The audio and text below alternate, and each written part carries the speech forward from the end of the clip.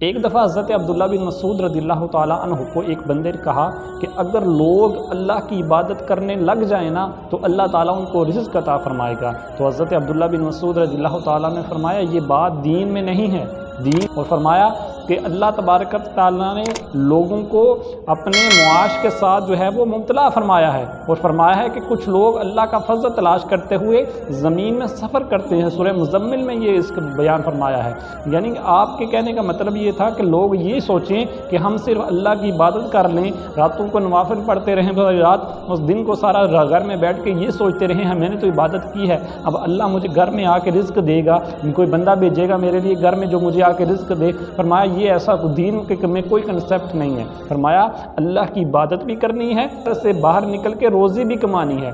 یہ تمہارا کنسیپٹ کہ صرف اللہ کی عبادت کرو اور اللہ کی عبادت کے بدلے اللہ تمہیں رزق عطا فرمائے گا، تو یہ فرمایا اس کا دین سے کوئی تعلق نہیں ہے۔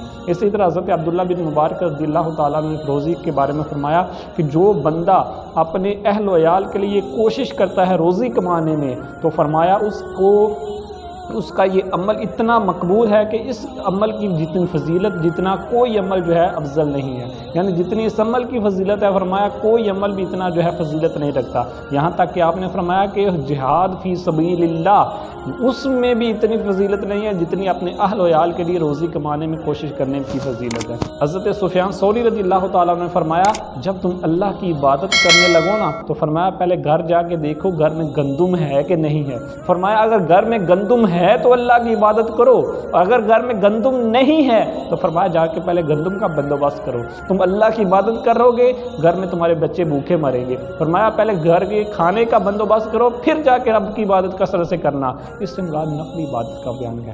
ایک شخص آقا کریم علیہ السلام کے پاس سے گزرا، آقا کریم علیہ السلام نے اس کو دیکھا کہ وہ جسم کا بہت مضبوط ہے اور محنتی ہے۔ آقا کریم علیہ السلام نے اس کو جو ہے دیکھ کے بڑا آقا کریم علیہ السلام کو اچھا لگا۔ صحابہ کرام نے عرض کی یا رسول اللہ کاش یہ اللہ کے راہ میں ہوتا۔ تو میرے کریم آقا صلی اللہ علیہ وسلم نے فرمایا اگر یہ اپنے چھوٹے بچوں کے لیے روزی کمانے کے لیے نکلا ہے نا، ان کے لیے نکلا ہے تو فرمایا یہ اللہ کی راہ میں ہے۔ اسی طرح فرمایا اگر یہ اپنے بزرگ بوڑھے ماں باپ کے لیے نکلا ہے نا تو فرمایا پھر بھی یہ اللہ کی راہ میں ہے۔ اسی طرح فرمایا اگر یہ بندہ اپنے آپ کو پاک دامن رکھنے کے لیے نکلا ہے فرمایا یہ پھر بھی اللہ کی راہ میں ہے۔ فرمایا اگر یہ بندہ غرور و تکبر کے لیے نکلا ہے، ریاکاری کے لیے نکلا ہے، نمود و نمائش کے لیے نکلا ہے، فرمایا اب یہ شیطان کے راستے پر ہے۔ اس سے پتہ چلا روزی کمانا بہت ہی فضیلت والا عمل ہے۔ اللہ تعالی ہمیں رزق حلال کمانے کی توفیق عطا فرمائے۔